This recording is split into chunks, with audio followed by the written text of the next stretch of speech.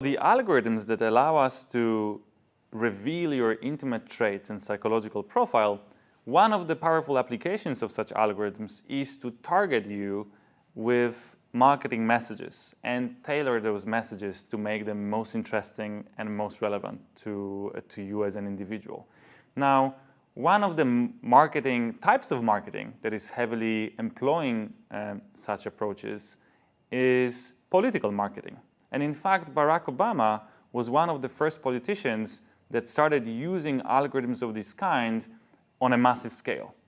And now it's kind of a fact of it's a fact of life that politicians will use micro-targeting of their political messages to reach out to the voters. Naturally, people are concerned about it. But my personal opinion is that people are concerned about the wrong part of the story here. So just the sheer fact that you can target people with relevant messages, messages that are matched to their interests, fears, dreams, personalities, and so on, is a very good thing.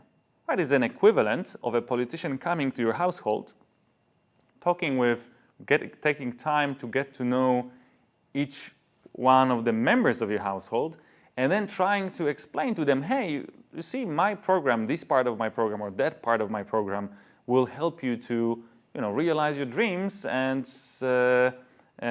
prevent the bad things that you fear from happening, right? Which is an amazing thing. It keeps the message more relevant to people.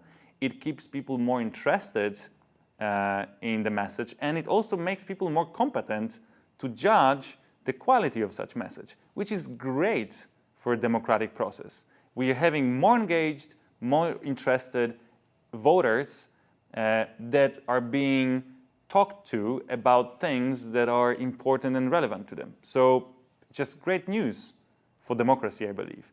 Also, it has many other consequences that are very often overlooked. If I can target voters with my message in an accurate way, I basically can stop, broadcasting just generic messages using TVs and, expensive ads in newspapers, which basically means that political dialogue between politicians and voters became much cheaper. I can reach the voters using way cheaper means such as Facebook marketing targeting or adverts or tweets and adverts sent in other environments, which again has an amazing effect of decreasing the reliance of politicians on big money. If you can be talking to voters at a fraction of a cost that you needed 10 or 20 years ago, it means that you also have much less debts to pay to big industry and other potentially very influential players on the market. So it's great news, and we had at least two big examples of that happening in recent election. We had Bernie Sanders and Donald Trump, who both were not the part of establishment. They both didn't have much experience in politics, really, or kind of running for president politics. And also they have had very small funds compared with funds that some other mainstream politicians like Jeb Bush or Hillary Clinton had. And yet, they were able to energize great numbers of voters, and in the case of one of them, win the election, right? Another, I think, consequence of micro-targeting in political messaging that people are often overlooking is that because you are not limited to broadcasting generic messages, and you can now micro-target messages to make them interesting and relevant to people, what happens is that now it makes sense to reach out to the voters that were previously excluded from the political dialogue because maybe it didn't make an economic sense to try to target them with your broadcasted message. And again, we can see that with both Trump and Sanders energizing types of electorate that was not really energized before. The larger the fraction of the society that we bring in to the political process, the better for democracy. Now, having said that, you can use the very same political message targeting to let's say, discourage people from voting. And we have seen this in last election as well, where you could see very well-targeted messages aimed at the electorate of your opponent to try to discourage them from casting the vote. And now this is an awful use of such technology.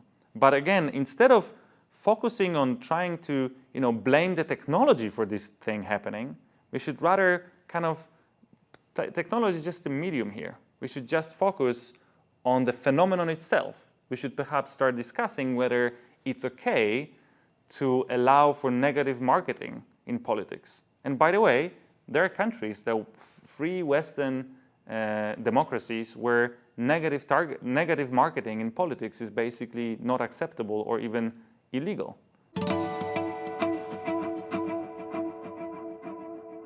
Human history is a history of great change, full stop. We were always living through great changes. It's just that recently the speed of progress has accelerated. So we have a great change, every couple months or every couple years.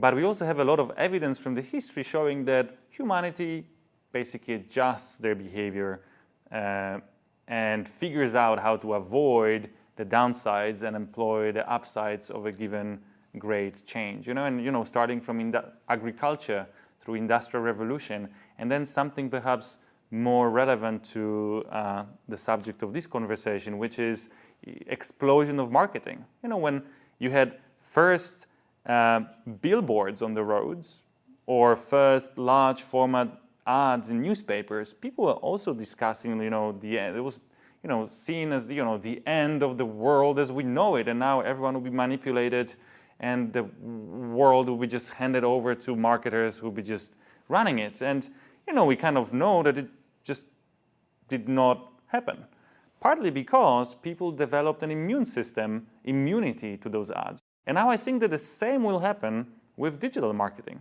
You probably already stopped noticing adverts on the websites. Your brain learned, it's just not worth looking at. Not to mention that now we have technology, that ads blockers that just basically explicitly remove those ads from your online experience. Now, obviously, the progress is a never-ending race. So once we learn how to avoid being swayed too much by online ads, the companies are just developing new ways of manipulating or influencing us. And a good example is related to how sharing of how newsfeed on Facebook works. So people don't realize that when they see a story that is shared by their friend, the fact that they see a story is a product of both friends sharing the story, but also the company behind the story, the outlet behind the story, paying Facebook money for this given story being shown on your newsfeed, right? So people don't really realize that. People think, oh, it's just my friend sharing a story, and what I can see here on my newsfeed is a representation of what my friends are talking about. In fact, it's not. It's a product of what your friends are talking about and how much money a given company behind a given story was willing to pay Facebook to promote it. And I think that people don't realize it now, but with time, we'll just adjust our perception to this phenomenon as we adjusted our perception to phenomena of the past.